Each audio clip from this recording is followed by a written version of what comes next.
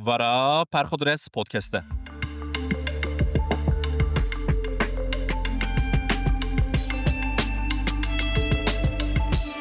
Delal Guhdar.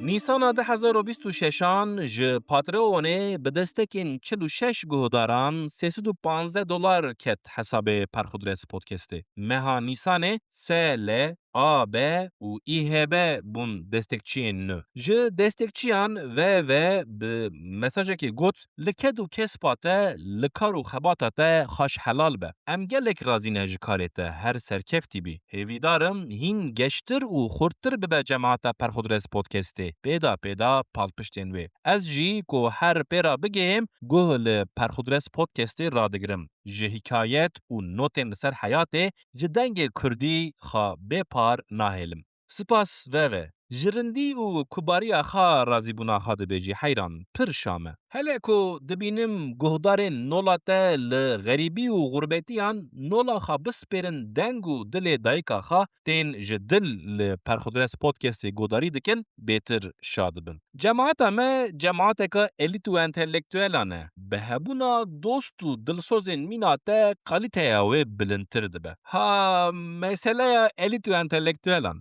Carekê guhdarekî gotibû, a min xwarina min nan û pîvaz e. Ez jî guhdara Perxudres Podcastê me. Tu çima dibêjî tenê podcasta elît û entelektûelan? Gotina wê guhdarê bi min ecêb hatibû. Min ferx kiribû ku dilê wê ser gotina elît û entelektûelan şikestî ye. Lê tevî dilê wê şikestî bû jî şaş bû fikra wê. Elîtbûn biya min ne meseleyeka hebûn û tunebûnê ye. Ne hesabê pere û zîv û zêran e. İnsan kî be, çi kes be ku bi wicdan û merhemet be û berê xwe bide rindiyê di heyatê da elît e. Û entelektûelbûn ne meseleyeka dîplomeyeka mektebê ye. Kî ji xwe re bi elîtbûnê li ser rêya kültûr, sanat û edebiyatê be entelektûel e. Straneka bi Tirkî heye, bi sazê Aşık Mahzûnî Şerîf meşhûr bûye. Di stanê da Aşık Mahzûnî Şerîf manedar dibêje, yiğit muhtaç olmuş kuru soğana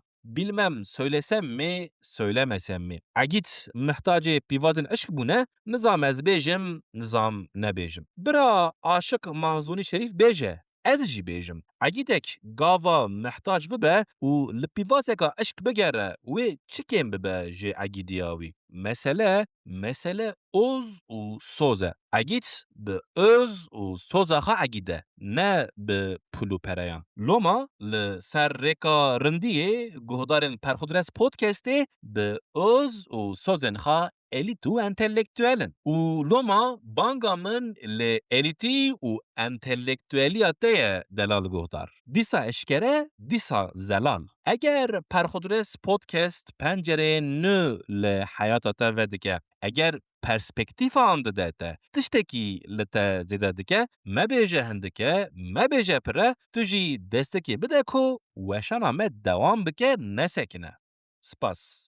Pir spas bo destekçiyên tim û daîm û pir spas bo destekçiyên nû.